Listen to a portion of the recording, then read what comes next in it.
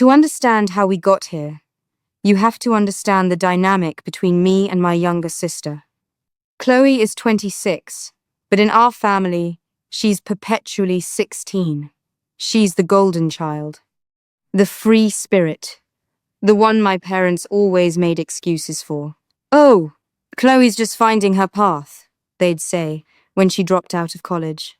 "Chloe's just overwhelmed," they'd say, when she got fired from her third job in a year. Me? I'm 29.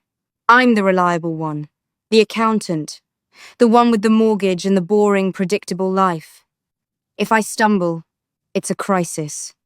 If Chloe crashes her car into a brick wall, it's a tragic accident that isn't her fault. 2 years ago, Chloe's boyfriend walked out, leaving her with 2 toddlers, Leo and Maya. My heart broke for those kids. And because I'm reliable Emma, I stepped in. I paid for groceries. I babysat on weekends so Chloe could breathe. I basically became a co-parent to children I didn't birth. But last Thursday, things took a turn. It was 6 p.m. I had just logged off my work computer when the doorbell rang. It was Chloe, looking frantic, holding Leo on her hip and dragging Maya by the hand. Please. I need a massive favor," she panted. "I need to run to Whole Foods. I left the stove on a simmer, and I just need one ingredient. Can you watch them for 20 minutes? Half an hour max?" I looked at her.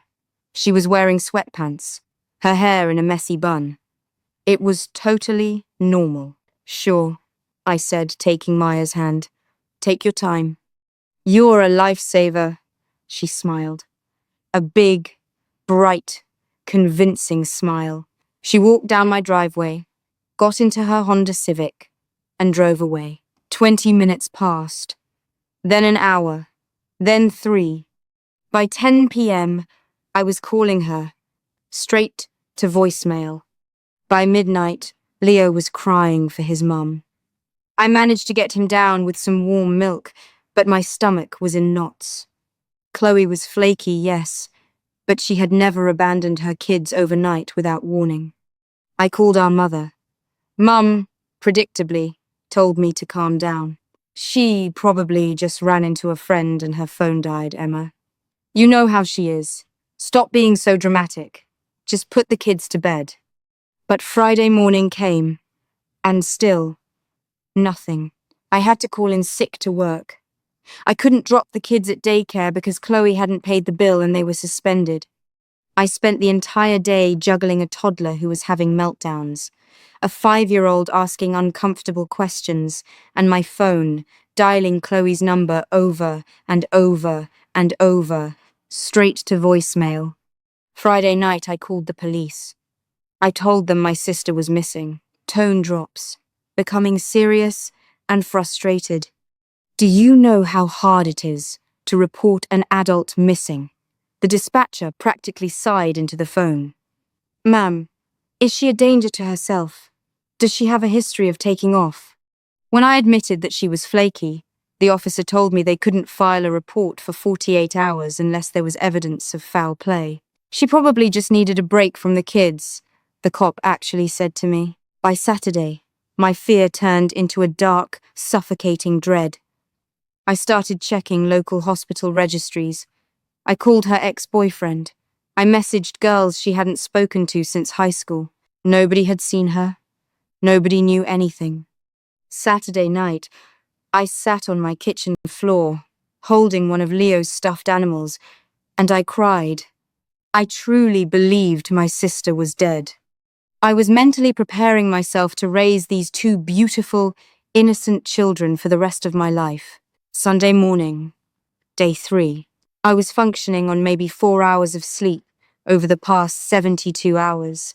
I was making pancakes for the kids, just trying to keep some sense of normalcy. I mindlessly opened Instagram while the batter was bubbling. I don't know why I clicked on the Explore page. Maybe I was looking for a distraction.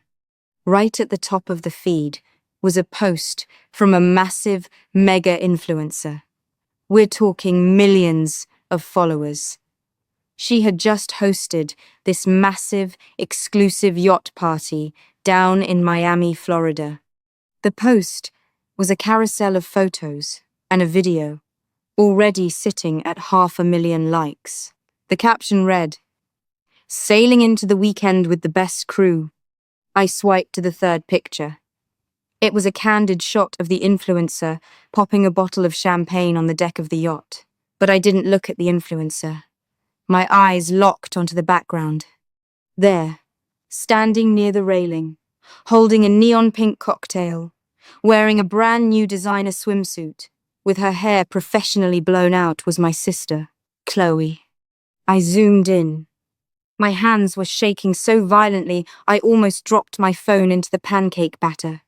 I zoomed in until the pixels blurred, but I didn't need to. I knew that birthmark on her shoulder. I knew that laugh. She wasn't in a ditch. She wasn't lying in a hospital bed. She was in Miami, on a luxury yacht, while her children were 3 states away, crying for her. And I was planning her imaginary funeral. I quickly clicked on the tagged accounts in the photo. One of them belonged to a promoter. I scrolled through his stories, and there was a video. It was loud, thumping club music. The camera panned around the VIP section, and there was Chloe, dancing on a plush leather sofa, screaming lyrics into the camera. The timestamp on the story? 6 hours ago, Saturday night. The exact moment I was sitting on my kitchen floor crying over her. The fear evaporated. What replaced it was a cold, calculated fury. I took screenshots. I screen recorded the videos. I sent them all to our family group chat with our parents. My caption was simple. Found her. My mother called me 30 seconds later. For the first time in my life, I declined my mother's call. I wasn't doing this with her. I wasn't going to listen to her make excuses about how Chloe just needed to let off some steam. I went back to the promoter's page. I saw he had a public phone number for VIP bookings. I texted it. I wrote, "I see my sister Chloe is with you. Tell her if she doesn't call her sister Emma in exactly 2 minutes, I am calling Child Protective Services for child abandonment." Less than a minute later, my phone lit up. Incoming call. "Chloe?" I answered it and put it on speaker. "Em? What the hell is your problem?" she hissed. I could hear the ocean wind and the faint sound of a DJ in the background. She didn't sound scared. She sounded annoyed. "Where are you?" I asked, keeping my voice dangerously quiet. I'm out of town. A friend invited me on a last-minute trip. I told you I'd be back. You told me you were going to the grocery store, Chloe, 3 days ago. Well, the opportunity came up and my phone died on the flight. And then I lost my charger. God, Emma, you were always so dramatic. The kids are fine with you. They love you. Why are you trying to ruin my trip? She was playing the victim. She actually believed she was the victim. Listen to me very carefully, I said. You have until 8 p.m. tonight to walk through my front door. I don't care if you have to charter a private jet or hitchhike. If you are not standing in my living room by 8 o'clock, I am calling CPS and I am handing over the kids, along with the screenshots of you on a yacht while your children were abandoned. You wouldn't dare, she shrieked. They're your niece and nephew. I love them, I replied, which is exactly why I'm not letting you treat them like discarded toys anymore. 8 p.m., Chloe, and I hung up. Chloe made it back by 7:45 p.m. She walked through my door looking like a hurricane had hit her. The designer swimsuit was gone, replaced by yesterday's clothes. She reeked of alcohol and entitlement. She immediately started screaming at me, calling me a horrible sister, a jealous monster. She tried to grab the kids, but I stood between her and them. You're not taking them tonight, I told her. You're drunk. Go home, sleep it off. We are having a family meeting tomorrow morning with Mum and Dad. The fallout was nuclear. My parents, of course, tried to smooth it over. They offered to pay for a nanny for Chloe. They told me I overreacted by threatening CPS. But for the first time in my 29 years, I didn't fold. I looked at my parents. I looked at Chloe. And I drew a line in the concrete. I told them I was done. I would no longer be the backup plan for Chloe's reckless life. I would not be the safety net that allowed her to abandon her children on a whim.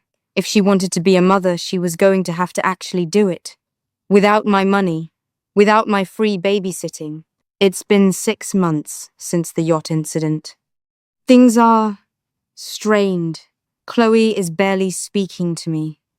My parents say I've broken the family apart. But you know what? The family was already broken.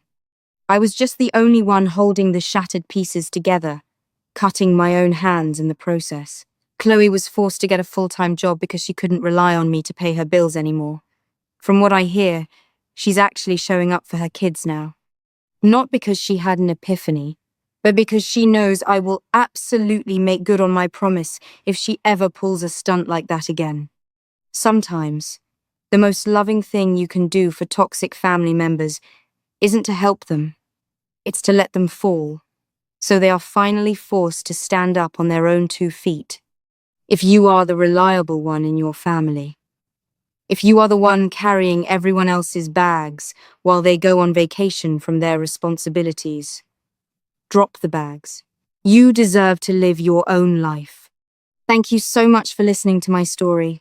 If you've ever dealt with a toxic or entitled family member, let me know how you handled it in the comments below. Don't forget to like this video and subscribe if you want to hear more stories like this. Until next time, protect your peace.